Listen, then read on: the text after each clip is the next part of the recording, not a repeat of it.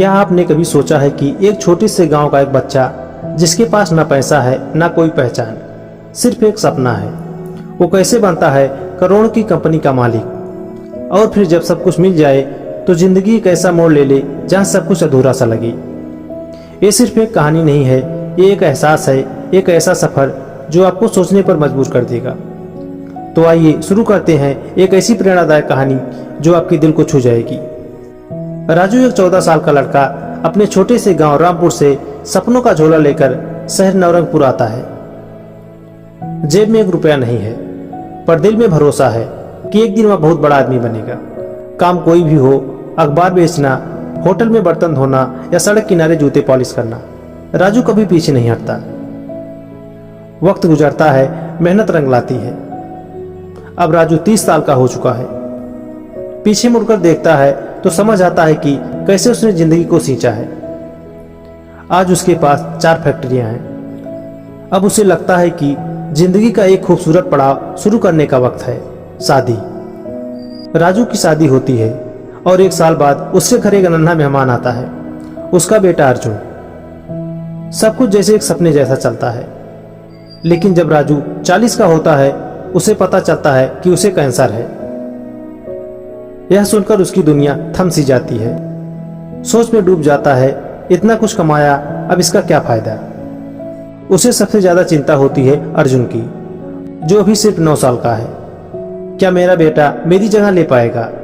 यही सोचते हुए एक सुबह अर्जुन को बुलाता है और कहता है, बेटा आज मैं तुम्हें एक चैलेंज देना चाहता हूँ, क्या तुम तैयार हो? अर्जुन कहता है, हाँ पापा बताइए। राजू एक बड़ा सा डब्बा लाकर देता है और कहता है, इस डब्बे को उठाओ और 3 घंटे के अंदर इसकी कीमत बढ़ाकर वापस लाओ। लेकिन ध्यान रखना, इसमें क्या है तुम नहीं देखोगे भी। अर्जुन डब्बा उठाता है। वह बहुत भारी होता है पर फिर भी निकल पड़ता है। बाहर जाकर जब डब्बा खोलता है तो उसमें गेहूं होता है। वह सोच में पड़ जाता है कि इसकी कीमत कैसे बढ़ाऊं। फिर उसे एक आइडिया आता है, गेहूं से आटा बन सकता है। वह पास की एक चक्की पर जाता है और मालिक से कहता है, अंकल क्या आप इसका आटा बना देंगे? चक्की वाला उसकी मासूमियत देखकर गेहूं को पीस देता है और बिना कुछ लिए ही आटा दे देता है। अर्जुन खुशी खुशी घर आता है। पापा देखो, गेहूं की जगह अब आटा है। राजू मुस्कुराता है लेकिन सोचता है अभी और सीखना बाकी है। अगली सुबह फिर वही चैलेंज, आज फिर वही डब्बा लेकर जाओ और उसकी कीमत बढ़ा कर लाओ। अर्जुन देखता है डब्बे में वही आटा है। अब वो सोचता है आटे से ब्रेड बन सकती है। वह एक बेकरी में जाता है और मालिक से कहता है, आप इस आटे की ब्रेड बना दो और आधी आप रख लो और आधी मुझे दे दो। बेकरी वाला उसकी समझदारी देखकर आधी ब्रेड उसे दे देता है। राजू खुश होता है लेकिन जानता है कि असली सबक अभी बाकी है। तीसरे दिन राजू अर्जुन को 4 ब्रेड पैकेट देता है और कहता है, आज तुम्हें कीमत 5 गुना बढ़ाकर लानी है। अर्जुन सोच में पड़ जाता है। फिर उसे सोचता है ब्रेड से सैंडविच बन सकती है। अब वह वहां जाता है जहां सैंडविच बनता है और मालिक से कहता है, 4 पैकेट ब्रेड हैं, बस 4 सैंडविच बना दीजिए, आप ब्रेड रख लो।